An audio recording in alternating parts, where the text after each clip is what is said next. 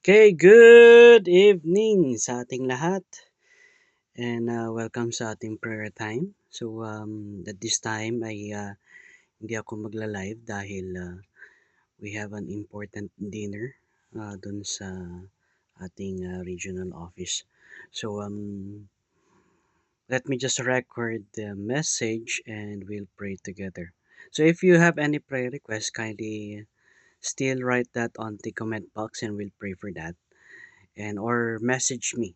I-message nyo ako personally, yun mga gusto nyong ipag-pray natin. Yan. So we are in the book of Proverbs chapter 7, verse 19 to 21. So Proverbs chapter 7, verse 19 to 21. So let me read and then we'll pray. For the good man is not at home, he is gone a long journey. He had taken a bag of money with him and will come home at the day appointed. With her much fair speech she caused him to yield. With the flattering of her lips she forced him. Let's pray. Father God in heaven, thank once again, Father God, for giving us this time that we could study your word once more. And we do pray, Father God, that you would continue to bless this time. That as we have this devotion and as we have this prayer time, we do pray, Father God, that you would work within our lives, that we would understand the book of Proverbs, chapter 7, verse 19 to 21. Thank you, Father God, for this time. Give us wisdom and understanding. In Christ's name we do pray. Amen. Amen. So, here, nasa series tayo ng Book of Proverbs, chapter 7. Now, last time ay napag-usapan natin yung tinatawag natin what sin can offer. No? Anong pwedeng i-offer ng sin? Because sin manipulates, sin is rejecting the rightful place in our God in our life, ano? Sin seeks someone or even a friend to do the same. Ang ganun ganun talaga ang kasalanan. No, ang kasalanan ay maghahanap to ng kakampi at sins would satisfy yung concept, lalo na ang ating concept sa mundo, no? So it would satisfy the flesh. Sin claims to be religious pero ang walang repentance. Oh, no. I'm going to church pero wala namang repentance. Sin flatters the doer and sin is always about money and luxury. Money and luxury. Sin entices further traps in life. And sin promise, overpromise pero under delivers. So ngayon ay dito tayo sa verse 19 to 21. The title of this is Be Careful Even When No One is Watching. Be careful even when no one is watching. No. Kasi ang kasalanan, no, sin, makikita natin dito sa verse 19, for the good man is not at home. He is gone a long journey. So we are still in the topic of adulterous woman. So dito makikita natin sa verse 19, sin often presents itself when accountability is absent. No? Pinipresent talaga ng kasalanan ang kanyang sarili kung alam natin na ay hindi wala naman nakakakita, ano, wala naman nakakakita. Or accountability is absent. When we say accountability is absent is ay kuwan lang 'to, um, konti lang naman ang kuwan nito, konti lang naman ang consequences nito, ano. So, konti ang consequence. Kaya nga beware of temptation that arises when you think no one is watching. Let us be careful sa mga temptation lalo na kung walang nakakakita, lalo na kung ikaw lang. Pero ang katotohanan niyan, nakikita tayo ng Panginoon. Nandiyan ang banal na spirito na gumagabay sa ating buhay. Nandiyan din. Kaya nga wala tayong pwedeng itago sa Panginoon. Ano, Deuteronomy 29:29. The secret things belongs to the Lord. Yes. That ibig sabihin lang talaga nun, alam ng Panginoon lahat ng ating ginagawa. Kaya nga we need to be careful, no? We need to be careful when temptation arises. Why? Lalo na sa mga lalo na kung walang nakakakita. Let us remember integrity is tested not in public, but integrity is tested in private in our private life. Ano, in our private life. Kaya nga dito sinabi niya din, for the good man is not at home, he is gone along the journey.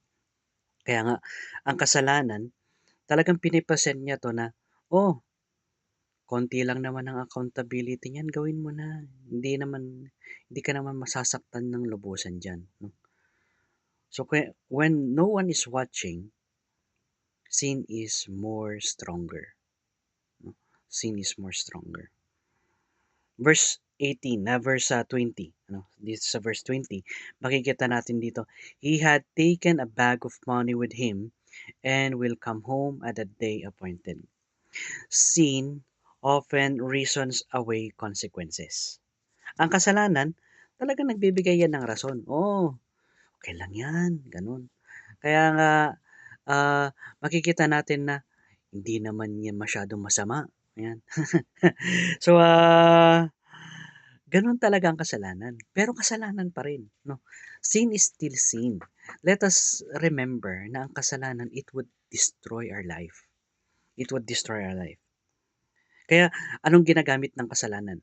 Ginagamit niya yung timing, no? The right time, kung kailan ka magkasala, at ginagamit niya din ang logical reason, no? To justify, o hindi naman yan masama. So, hindi naman yan masyadong masama. Pero alam mo, deep inside your heart, that the Holy Spirit is already talking with you na talaga masama yan. It's a sin. Yet, ano, dahil medyo nakukuha tayo sa logical thinking, okay lang. God can forgive. God understands.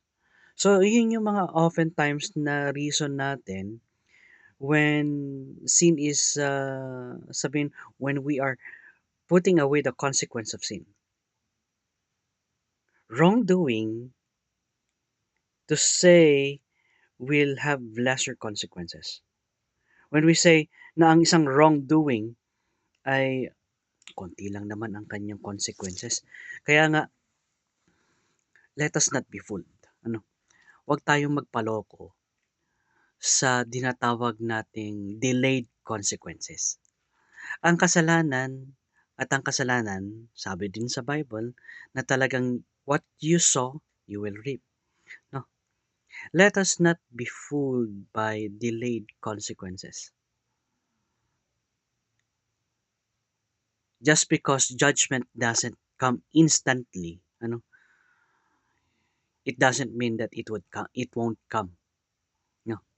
Tandaan natin, kung ang judgment ay hindi ah, nangyari agad, hindi ibig sabihin na hindi na yun mangyayari.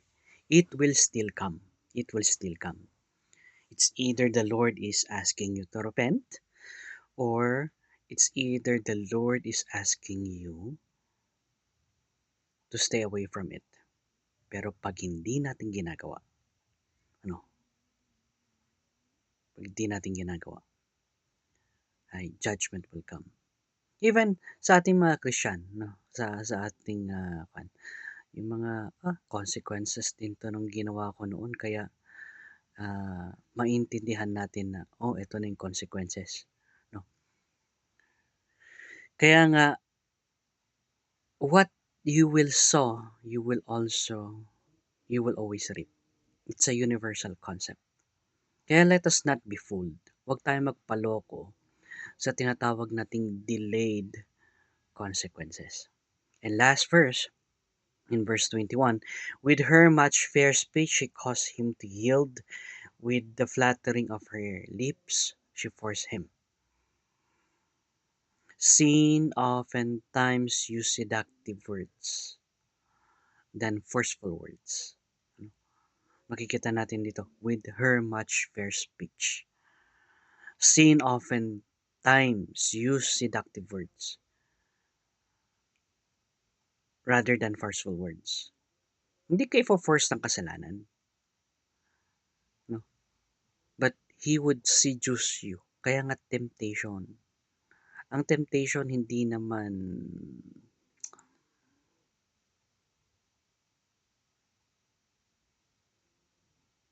yan kan eh.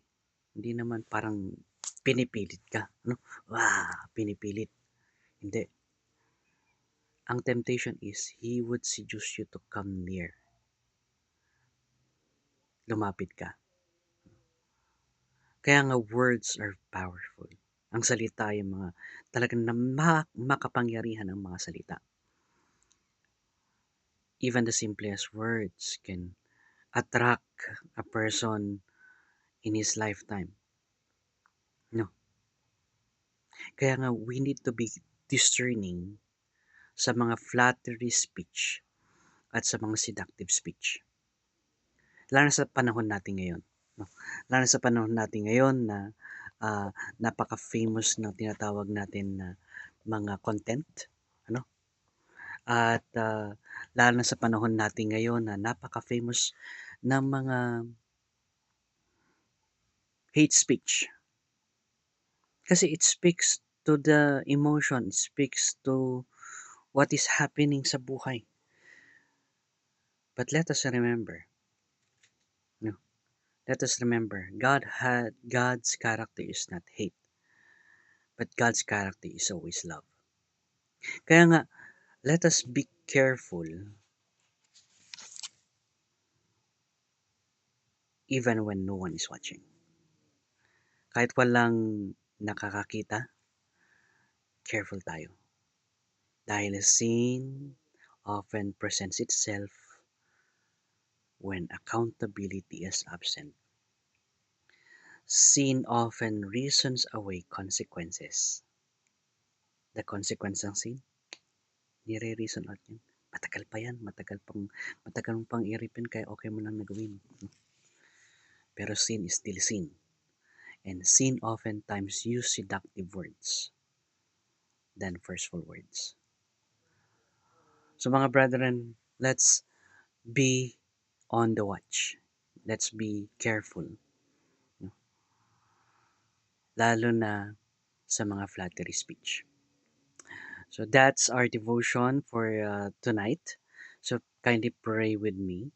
No, let's pray together. So praise the Lord at hindi natuloy yung bagyo pero pag-pray pa rin natin na sana hindi na matuloy.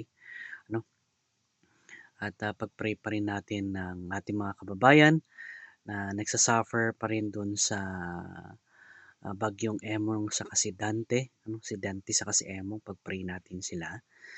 And pag-pray pa rin natin yung mga nawalan ng kamag-anak during the typhoon. And kindly pray with me sa aking uncle, no, na talagang nangihina. So, pag-pray natin siya. And pag-pray din natin yung mga plans of new ministries this coming August. So, yung right timing ng Panginoon kung kailan maumpisahan ang mga bagay-bagay. So, kindly pray for that. And hopefully ay ma-forward natin yung at maumpisahan yung um, blue service sa region and maumpisa na din natin yung leadership and yung digitalization on the launch na ngayon. So, pag-pray din natin yung Go Music na gaganapin dyan sa may Spring Hills. Ano? So, sa elementary school dyan sa Spring Hills, we would pray for that. And please pray for the right lessons sa choir and sa recorders, no? And melodica. So, pag-pray natin yun. And pag-pray din natin yung mga ministries, no? Na ino-open ng Panginoon. Okay? So, let's pray together. If you have any prayer requests, ano, kung may mga prayer requests kayo, just message me. Pastor, kindly pray for this. No? And I will gladly pray for that. Okay, let's pray. Father God in heaven, thank you once again, Father God, for giving us this time to have this devotion sa Book of Proverbs, chapter 7, verse 19 and 21. It's true, Lord God, that we need to be careful when no one is watching. But we know that you are watching every time. No, you are watching every time. You are watching every step of ours. We do pray, Father God, for the concerns that we have in life, Lord God, and nothing else and no one else would answer this but you. Thank you, Father God, for giving us this time to have this prayer time, and thank you, Father God, for your goodness and mercy. We do pray, Father God, for the service this Sunday kay Pastor Art as he preaches your word. Lord, we do pray, Father God, that you would be with him and continue to work within his life. Bless him, Lord God, and continue to be with him, Lord God, as he preaches your word this Sunday. Illumine him and strengthen him. We also do pray, Father God, for the missionaries that we are supporting. We do pray, Father God, for your providence upon their life. And each Sunday, Lord God, and each time of worship service, we do pray, Father God, that you would use them and use us, Lord God, to preach your word mightily. We do pray, Father God, for the ministries that you have provided, that you would continue to check our hearts and continue to make us in tune, Lord God, of your heart and your purpose, Lord God. That this is not us, but this is you, Lord God, in us. We also do pray, Father God, for our dinner fellowship later on sa mga regional directors and sa regional um, sa mga regional directors and sa um, mga officers, Lord God, dito sa Cordillera. We do pray, Father God, for a nice meeting with them and a nice fellowship with them. We do pray, Lord God, that you would continue to build the relationship, that this time makita nila the Christ in us, not us, but Christ in us, Lord God. We also do pray, Father God, for your goodness and mercy be upon us. Thank you, Father God, for everything that you've done. And we also do pray, Father God, na in time ay pursue o ma magkaroon na, Panginoon, ng liwanag at ma-pursue na din yung blue service, Panginoon, dito sa may Camp Tangwa.